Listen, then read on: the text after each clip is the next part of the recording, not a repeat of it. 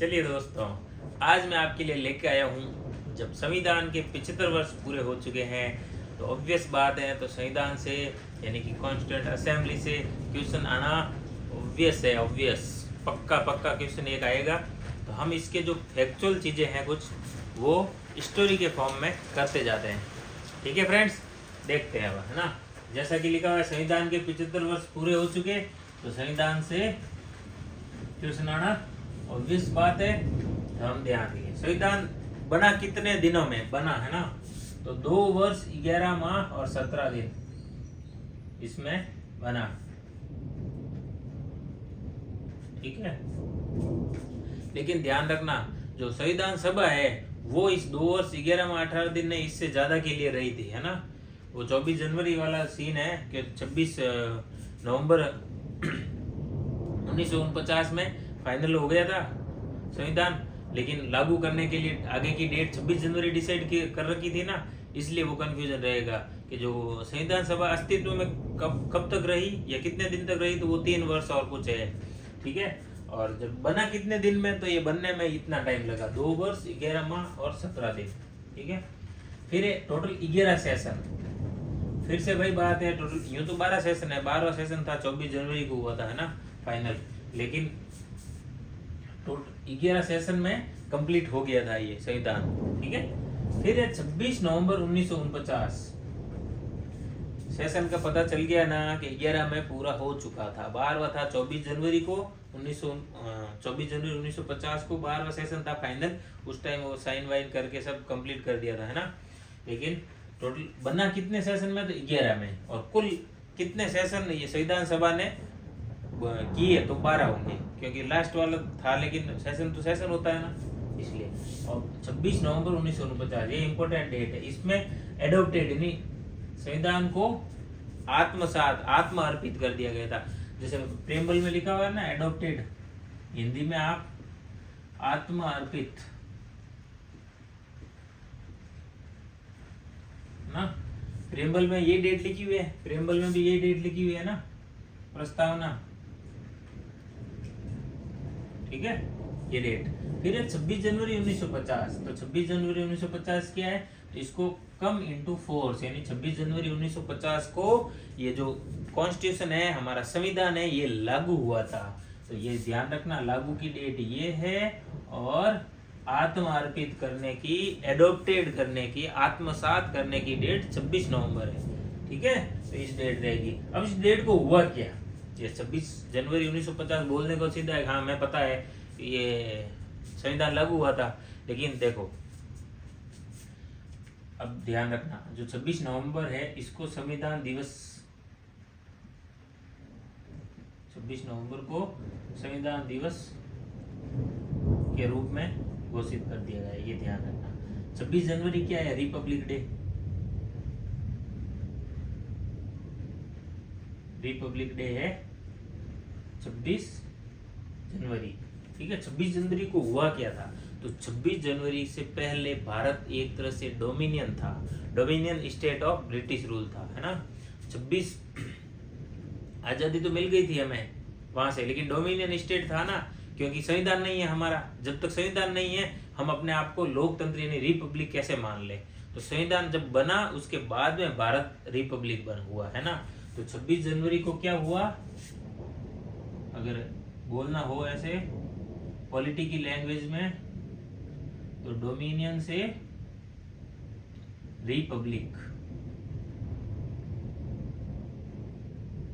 Dominion से Republic हुआ, ये ध्यान रखना। कब, 26 जनवरी को, है ना।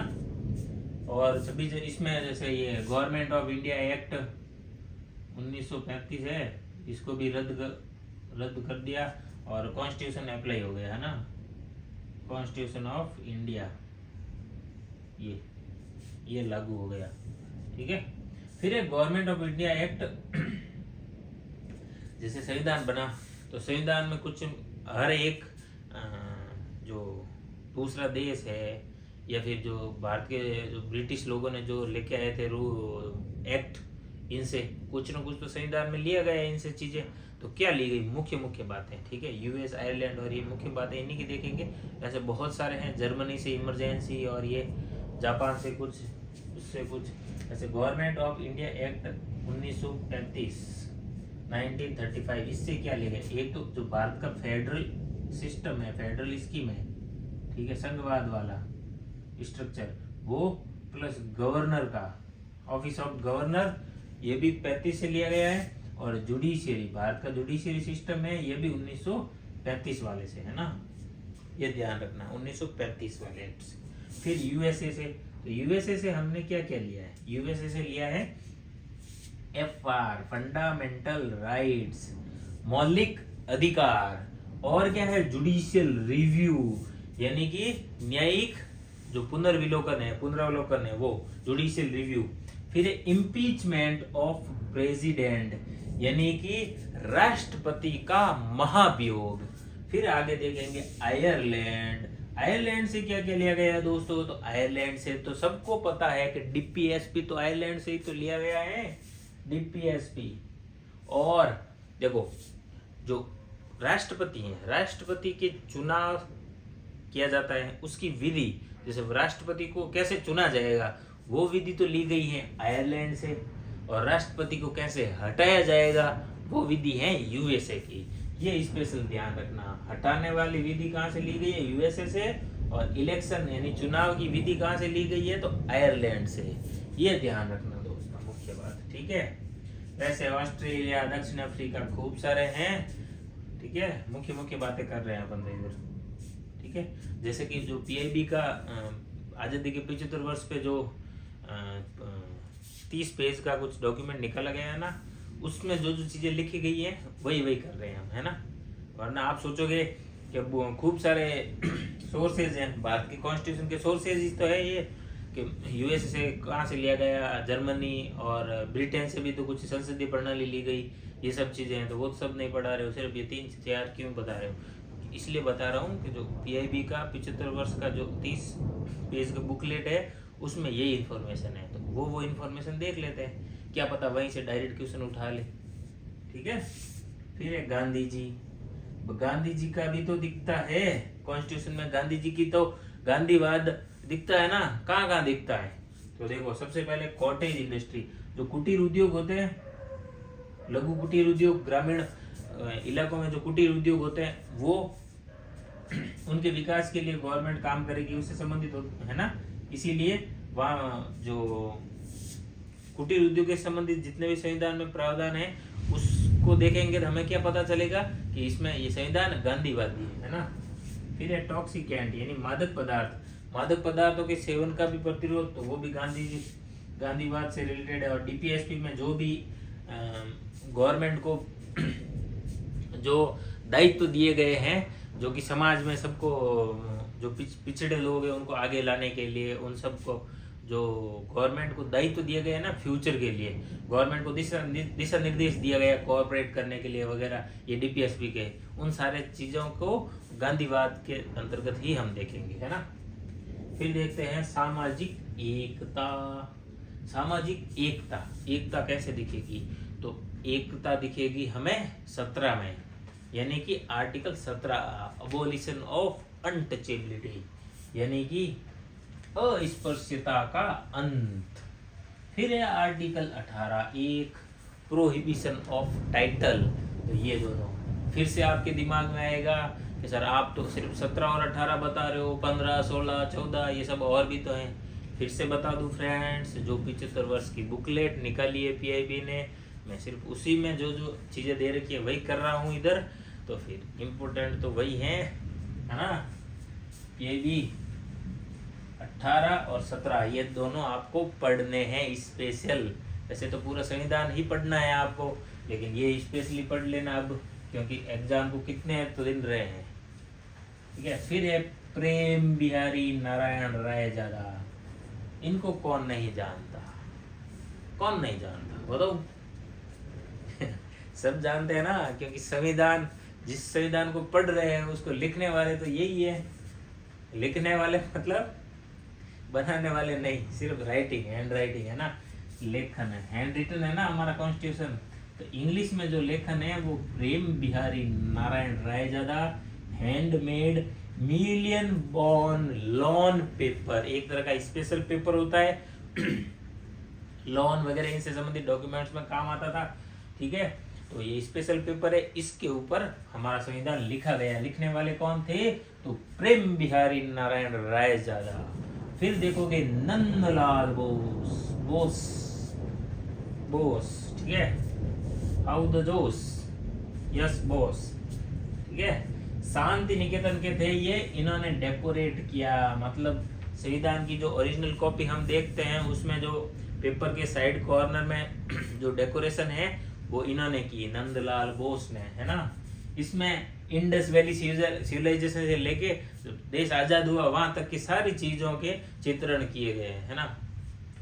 फिर है फर्स्ट जनरल इलेक्शन, भारत के अंदर जो लोकसभा के इलेक्शन हुए, पहले देश के पहले आम चुनाव जनरल इलेक्शन कब हुए, इंपॉर्टेंट है, मोस्ट इंपॉर्टेंट, ध्यान रखना। ये डेट देखो, बहुत सारी डेटें हैं, याद रखना मुश्किल है, लेकिन पीआईबी के 75 वर्ष के डॉक्यूमेंट में ये डेटें आ रखी हैं, तो इनको देखना जरूरी भी है ना।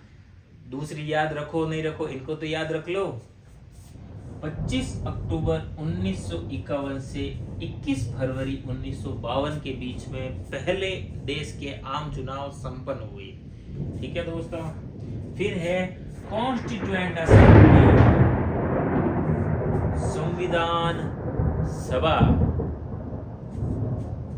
तो इनिशियली क्या हुआ था, शुरुआत हुई थी जब, ठीक है, जब भारत पाकिस्तान अलग नहीं हुआ था, है ना, यानी मुस्लिम लीग सब एक ही थे, इधर एक ही साथ इलेक्शन लड़ रहे थे।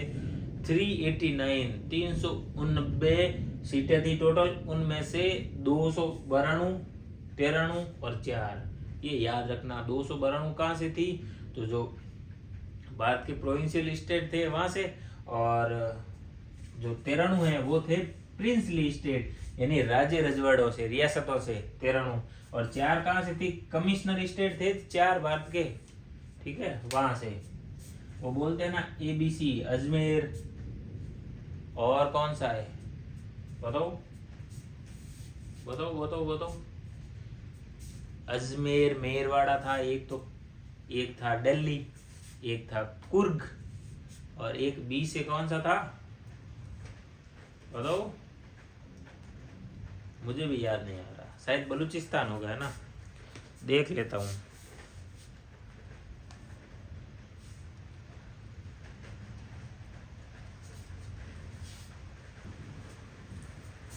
ठीक है दोस्तों, तो बलूचिस्तान ही है, ठीक है, मैंने कंफर्म कर लिया, ठीक है। 4 कौन से, ये जो हम बात कर रहे हैं ना, ये 4 यानी कि कमिश्नर स्टेट होते थे उनके बारे में, ठीक है। 4 कहाँ से है, तो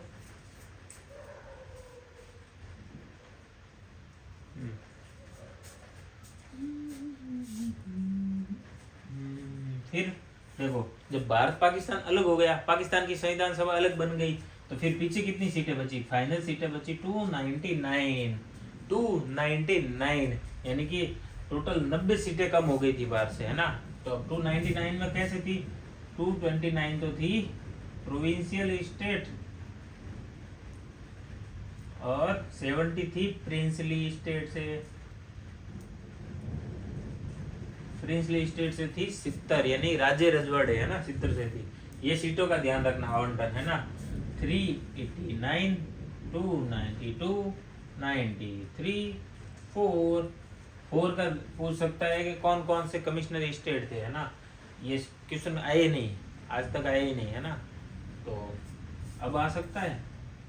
कौन कौन से, A, B, C, D, Ajmer, Balochistan, Coorg, और D से दिल्ली, ठीक है, हो गया। ये ध्यान रखना, अजमेर मेरवाड़ा, पूरा नाम अजमेर मेरवाड़ा, ये का है ना, ध्यान रखना। फिर देखो, अब जैसे कॉन्स्टिट्यूएंट असेंबली स्टार्ट कर दी हमने, तो कॉन्स्टिट्यूएंट असेंबली का फर्स्ट सेशन कब हुआ था, तो 9 दिसंबर 1946 को, 9 दिसंबर 1946 को पहला सेशन स्टार्ट हुआ था, किसका, हमारी संविधान सभा का, ठीक है। फिर डॉक्टर सच्चिदानंद सिन्हा, डॉक्टर सच्चिदानंद सिन्हा। देखो PYQ देख रखे होंगे आपने, तो ये क्वेश्चन आ रखा है 2024 में, ठीक है। इंटरिम प्रेसिडेंट, यानी कि इंटरिम प्रेसिडेंट मतलब टेम्पररी, एक तरह से सबसे पहले थे टेम्पररी। इनको कैसे बनाया, तो सबसे बूढ़े यही थे, सबसे सीनियर थे ये, तो सीनियर का कहाँ रूल लिखा हुआ है, तो उस टाइम तो कॉन्स्टिट्यूशन बना हुआ नहीं था। लेकिन फ्रांस में एक ऐसी प्रथा थी जो सीनियर को सबसे पहले चेयरमैन बनाया जाता है ना। तो फ्रांस की जो प्रथा है उसके हिसाब से डॉक्टर सच्चिदानंद सिन्हा को पहला इंटरिम प्रेसिडेंट बनाया गया। कोई भी विशेषता नहीं, सिर्फ ये उम्र दराज थे, सबसे बड़े थे, इसलिए इनको बनाया गया। फिर है ऑन 11 दिसंबर 1946 हमारे permanent president of constituent assembly मिल गए हमें। वो कौन थे, तो Rajendra Prasad, doctor RP, permanent president of constituent assembly. ध्यान रखना, इंडिया नहीं, इंडिया के प्रेसिडेंट तो 26 जनवरी 1950 को राजेंद्र बाबू बने थे। उससे पहले राजेंद्र बाबू क्या थे, 11 दिसंबर 1946 को ये थे क्या, प्रेसिडेंट ऑफ कॉन्स्टिट्यूएंट असेंबली थे, ध्यान रखना। फिर ये 3 जून 1947 को, ये डेट क्यों याद रखनी है, क्योंकि इस दिन माउंटबेटन प्लान प्रपोज हुआ था, जिसके अंतर्गत भारत पाकिस्तान का विभाजन तय हो गया, उस पे 100% मोहर लग गई, ठीक है। तो 3 जून 1947। फिर फर्स्ट प्रोसीडिंग कब हुई थी, तो 9 दिसंबर 1946 को फर्स्ट प्रोसीडिंग हुई थी। ये हम यहाँ लिख चुके हैं 9 दिसंबर 1946 को, ठीक है। तो फर्स्ट प्रोसीडिंग में हुआ क्या था, तो वंदे मातरम का गायन किया गया था, वंदे मातरम, ठीक है। कौन सा हमारा राष्ट्रीय गीत है ना, वंदे मातरम, बंकिम चंद्र चटर्जी वाला, है ना, आनंद मठ, याद है। फिर आचार्य कृपलानी, तो जो मुहूर्त है आचार्य जी ही करते हैं, पंडित जी को बुलाते हैं मुहूर्त के लिए, तो आचार्य कृपलानी जी ने इनका बोलते हैं ना इनॉग्रेशन स्पीच बोल दो, या शुरुआत इन्होंने ही करवाई थी, है ना, ठीक है। फिर राजेंद्र बाबू वापस आ गए, राजेंद्र बाबू, क्योंकि राजेंद्र बाबू ने चार महत्वपूर्ण कमेटियां हैं, ये तो खूब सारी थी, महत्वपूर्ण 4 कमेटियां हैं, उनके चेयरमैन कौन थे, राजेंद्र बाबू। और वो 4 कौन सी थी, steering committee, rule of procedure, finance and staff और नेशनल फ्लैग, यानी झंडा समिति। स्पेशल ध्यान रखना, झंडा समिति के अध्यक्ष कौन थे, तो हमारे राजेंद्र बाबू ही थे। फिर स्टीयरिंग कमेटी के कौन थे, तो वो भी राजेंद्र बाबू। रूल ऑफ प्रोसीजर, तो वो भी राजेंद्र बाबू। और फिर फाइनेंस एंड स्टाफ, तो वो भी कोई और नहीं, राजेंद्र बाबू थे। फिर देखोगे अल्लादी कृष्ण अय्यर, एयर लिख दिया मैंने, है ना, एक ही बात है, अय्यर वैसे वाई आर होता है ना, एयर लिख दिया, एयर AIR1, ठीक है। क्रेडेंशियल कमेटी थी, है ना, क्रेडेंशियल कमेटी, उनके अध्यक्ष कौन थे, तो अल्लादी कृष्णा अय्यर जी थे हमारे। फिर आगे देखोगे तो बी पट्टाभी सीतारमैया, पट्टाभी, तो पट्टा हमारा किसका होता है, मकान का होता है पट्टा, हाउस का होता है पट्टा। तो हाउस कमेटी के अध्यक्ष कौन थे, पट्टाभी सीतारमैया, ठीक है। फिर है मुंशी जी, अब बिजनेस है तो बिजनेस का हिसाब किताब कौन रखेंगे, मुंशी जी। तो ऑर्डर ऑफ बिजनेस कमेटी थी, उसके अध्यक्ष कौन थे, तो KM मुंशी जी, ठीक है। जीवी मावलंकर ये कौन थे, तो ये थे फंक्शन ऑफ कॉन्स्टिट्यूएंट असेंबली, उसकी कमेटी है। कॉन्स्टिट्यूएंट असेंबली के जो कौन से कार्य हैं उनसे संबंधित एक कमेटी बनाई गई थी। उस कमेटी के अध्यक्ष कौन थे, उस कमेटी के अध्यक्ष थे हमारे मावलंकर साहब, जीवी मावलंकर, गणेश वासुदेव मावलंकर, पूरा नाम इनका, है ना। फिर देखो तो कॉन्स्टिट्यूएंट असेंबली थी, सब आप तो पुरुषों के ही नाम ले रहे हो, इसका मतलब क्या महिलाएं नहीं थी कि कॉन्स्टिट्यूएंट असेंबली में, नहीं दोस्तों, महिलाएं भी थी। कितनी थी, तो 15 महिलाएं थी, ठीक है। ये सारी बातें मैं वापस बार एक ही बात रिपीट कर रहा हूँ, जो आज़ादी के 75 वर्ष के महोत्सव के उपलक्ष्य में जो पीआईबी द्वारा 30 पेज का डॉक्यूमेंट पब्लिश किया गया था, उस डॉक्यूमेंट की जो इन्फॉर्मेशन है संविधान से संबंधित, सिर्फ वही यहाँ इस वीडियो में मैं लेके आया हूँ। ठीक है, तो फिर आप ये मत बोलना कि आप बहुत सारी चीज़ें मिस कर रहे हो, आपने ये स्किप कर दी, वो कमेटी स्किप कर दी, ये कमेटी स्किप कर दी। तो स्किप नहीं की है भाई, उस डॉक्यूमेंट में जो है वही बता रहा हूँ।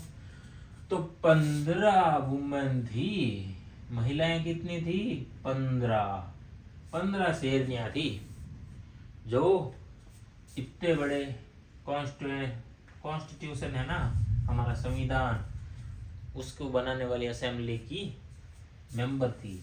सबसे पहला नाम राजकुमारी अमृत कौर, फिर सुचिता कृपलानी और सरोजनी नायडू।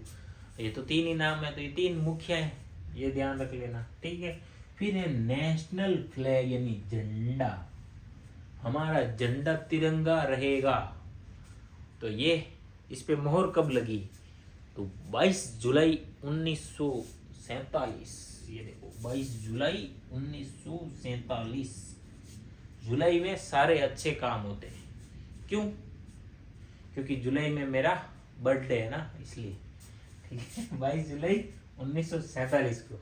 फिर ये सैफरॉन ना, अदरवाइज मत लेना, सब महीने अच्छे ही होते हैं, है ना। आपका बर्थडे जिस महीने में वो तो सबसे बेस्ट है, जुलाई से भी ज़्यादा अच्छा है, ध्यान रखना। ठीक, सैफरॉन, सैफरॉन की चीज़ के लिए तो स्ट्रेंथ के लिए सैफरॉन, स्ट्रेंथ। फिर वाइट, वाइट पीस, शांति, और धम्म चक्र उस पीस के अंतर्गत है। फिर एक ग्रीन यानी हरा किसके लिए? तो फर्टिलिटी के लिए और ग्रोथ के लिए। क्या क्यों लिखे हैं हमने? क्योंकि उस डॉक्यूमेंट में ये भी लिखा हुआ है, इसलिए हमने यहाँ भी लिख दिया। देखो बहुत छोटी जनरल बातें हैं, एग्जाम के जो दिन होता है ना एग्जाम हॉल में, एग्जाम हॉल में ये चीज़ें एकदम वाइप आउट हो जाती है दिमाग से, दिमाग में कुछ समझ ही नहीं आता। वैसे सैफरॉन, वाइट और ये तो पीस, ये स्ट्रेंथ, ये किसका होता है, क्या होता है, ये सब समझ में तो आ जाता है, लेकिन फिर भी उस टाइम क्या पता दिमाग नहीं चले तो एक बार पढ़ लोगे। सैफरॉन किसके लिए? स्ट्रेंथ के लिए। पीस किसके लिए? पीस, अरे पीस नहीं, वाइट पीस के लिए, ये ध्यान रखना। फिर ग्रीन किसके लिए? तो फर्टिलिटी और ग्रोथ। ग्रीन, ग्रीनरी होती है ना, सारा हरियाली, है ना। ठीक है, फिर देखो 29 अगस्त 1947 का एक ऐतिहासिक दिन, जिस दिन क्या हुआ था? उस दिन क्या हुआ था आप बताओ? हुआ था कुछ ना कुछ तो हुआ था, इसलिए ये डेट लिखी है ना। उस दिन हमारे कॉन्स्टिट्यूशन यानी संविधान की ड्राफ्टिंग कमेटी का, है ना, वो हो गया कल्याण। क्या बोलते हैं? अरे ड्राफ्टिंग कमेटी बनाई गई 29 क्या अगस्त। यानी कैसे याद कैसे रखोगे? हमारा देश आज़ाद कब हुआ? तो 15 अगस्त 1947 को। वहाँ से 14 दिन गिन लो, 14 दिन बाद में ड्राफ्टिंग कमेटी। ठीक है, 14 दिन बाद में हुआ, इसीलिए तो 7 सदस्य हैं इसके। BR अम्बेडकर कौन है? अध्यक्ष। ड्राफ्टिंग कमेटी के अध्यक्ष कौन थे? BR अम्बेडकर। देखो दोस्तों, अम्बेडकर जी से संबंधित एक बहुत, जो कॉन्स्टिट्यूशन असेंबली इलेक्शन वगैरह है ना, इनसे संबंधित एक बहुत रोचक बात है। अम्बेडकर जी ने क्या है ना, सबसे पहला इलेक्शन लड़ा था बॉम्बे प्रेसिडेंसी से, है ना, वहाँ से अपना इलेक्शन लड़ा, वहाँ इलेक्शन हार गए। उनको लगा कि मैं जीत जाऊंगा, लेकिन फिर वहाँ से हार गए। क्योंकि देखो क्या वो बोलते हैं ना कि इलेक्शन में जरूरी नहीं है कि आपकी योग्यता के अनुसार, आप अगर ज़्यादा योग्य हैं तो आप अवश्य सफल होंगे, नहीं।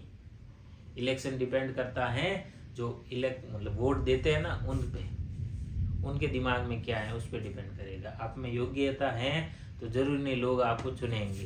तो इसका सबसे बड़ा एग्जाम्पल कौन थे? हमारे बाबा साहेब अम्बेडकर साहब जी थे। क्योंकि बॉम्बे जो प्रेसिडेंसी थी वहाँ के इलेक्शन में हार गए थे। फिर इन्होंने क्या किया? बंगाल गए, वहाँ पे लड़ा चुनाव, बंगाल से ये जीत गए। ठीक है, तो बंगाल की सीट से चुनाव जीत के ये हमारी संविधान सभा में सदस्य थे। रुको रुको रुको रुको, अभी बात खत्म नहीं हुई। क्योंकि बंगाल से तो थे, लेकिन फिर एक ट्रेजेडी हो गई जब ये 3 जून 1947 को जब इनका ये माउंटबेटन प्लान आया तो हो गई विच्छेद, 2 भाग हो गए भारत के, भारत पाकिस्तान अलग। तो पाकिस्तान के हिस्से में जो बंगाल का भाग गया, बाबा साहेब की सीट वहीं से थी, तो फिर से बाबा साहेब की सीट चली गई। ठीक है, ये सीट थी जो बाबा साहेब को बार बार धोखा दे रही थी। लेकिन फिर आखिरकार क्या हुआ, कांग्रेस ने बॉम्बे से अपनी एक सीट खाली करवाई और बाबा साहब को वहाँ से नॉमिनेट करवाया। नॉमिनेशन द्वारा बॉम्बे की सीट से बाबा साहेब कॉन्स्टिट्यूंट असेंबली में शामिल हुए फाइनली, और फिर जाके वो ड्राफ्टिंग कमेटी के सदस्य बने। तो अगर क्वेश्चन आ जाए ना कि बाबा साहेब ड्राफ्टिंग कमेटी के सदस्य कहाँ की सीट के हिसाब से बने, तो वो तो लास्ट में जो बॉम्बे से नॉमिनेट हुए वही सीट थी, क्योंकि पहले तो हार गए थे, फिर बंगाल से बने, तो उस टाइम तक तो ये ड्राफ्टिंग कमेटी बनी नहीं थी, क्योंकि आज़ादी के बाद बनी ड्राफ्टिंग कमेटी। ठीक है, ये तो BR अम्बेडकर जी, बाबा साहेब है ना, ऐसे ही नहीं आए संविधान सभा में, बहुत इन्होंने स्ट्रगल किया था संविधान सभा में आने के लिए भी। ठीक है, फिर देखो जो ड्राफ्टिंग कमेटी तो बन गई, तो ड्राफ्टिंग कमेटी का काम क्या था, ड्राफ्ट करना। ड्राफ्ट कर दिया, तो अब ड्राफ्ट पूरा जब कंप्लीट हो गया तो अब उसको पेश करेंगे। तो संविधान सभा के सामने BR अम्बेडकर जी ने पेश किया, क्योंकि वही अध्यक्ष थे ड्राफ्टिंग कमेटी के। कब पेश किया वो बात आई, तो संविधान सभा में फाइनल ड्राफ्ट इंट्रोड्यूस हुआ 24 नवंबर 1948। 24 नवंबर 1948 है ना। देखो संविधान से संबंधित, कॉन्स्टिट्यूशन से संबंधित नवंबर में कुछ ज़्यादा ही बातें है ना, जैसे 26 नवंबर को 1949 और 4 नवंबर फिर से आ गया ये। 4 नवंबर 1948 को क्या हुआ, ये हुआ फाइनल ड्राफ्ट का इंट्रोडक्शन। फिर देखो आगे कंक्लूडेड, कंक्लूडेड मतलब फाइनल ड्राफ्ट पूरा जब कंक्लूड होके, जो मीटिंग कंक्लूड कब हुई थी, फाइनल ड्राफ्ट को पेश किया था, उसकी कंक्लूजन हुई थी 9 नवंबर 1948 को, यानी 5 दिन तक इस पे चर्चा चली थी। ठीक है, और बनाने में कितना टाइम लगा था, 141 दिन। ड्राफ्टिंग कमेटी को जो कॉन्स्टिट्यूशन ड्राफ्ट करने में 141 दिन का समय लगा था। 165 दिन तो उस पर चर्चा ही चली थी बाद में। ये जो 5 दिन की चर्चा है ना, ये फाइनल ड्राफ्ट बनने के बाद में वो पहली चर्चा थी है ना। उसके बाद में फिर अमेंडमेंट आए, चेंज किया, वापस चर्चा आई, अमेंडमेंट आए, चेंज किया, ऐसे कर कर आके 26 नवंबर को फाइनल पास हुआ था, 26 नवंबर 1949 को। ये ध्यान रखना, ये तो बातें हो गई। अब ये क्यों लिखा है भाई, ये क्या है चीज़ें, तो देखो जब पहला जो ड्राफ्टिंग कमेटी ने फर्स्ट ड्राफ्ट पेश किया था, तो फर्स्ट ड्राफ्ट जब पेश हुआ कॉन्स्टिट्यूशन का, संविधान का, उस टाइम 315 आर्टिकल और 8 शेड्यूल ही थे भारत के संविधान में फर्स्ट ड्राफ्ट में। फिर क्या हुआ, जब पास हुआ, जब फाइनल पास हुआ था, तब कितना 395 यानी कि 26 नवंबर 1949 को जब ये एनेक्ट मतलब ये आत्मसात किया ना, एडॉप्ट किया था हमने, उस टाइम की बात है ना। 395 22 भाग और 8 शेड्यूल, तो ओरिजिनल कॉन्स्टिट्यूशन में यही है हमारे, 395 22 भाग और 8 शेड्यूल। अब तो 400 और कुछ 400 पार है ना, 100 अमेंडमेंट आ चुके, 100 से ऊपर। फिर ये एक और बात है कि 7633 अमेंडमेंट प्रपोज हुए थे। ठीक है, उसमें से 2473 को ही कंसिडर किया गया था। तो देख लो फर्स्ट ड्राफ्ट जो हुआ उसमें इतने सारे 7000 तो अमेंडमेंट पेश हुए, उसमें से 2500 तो कंसिडर भी तो हुए ना, इतना कुछ चेंज हुआ, देख लीजिए आप। ठीक है, ठीक है, बस हो गया। 75 वर्ष का जो डॉक्यूमेंट था PAB वाला, वो इधर कंप्लीट हो गया। तो दोस्तों हमारा साथ यूं ही बना रहे, लाइक शेयर सब्सक्राइब करते रहिए, ताकि हम भी बार बार वीडियो बनाते रहें। थैंक यू और थैंक यू।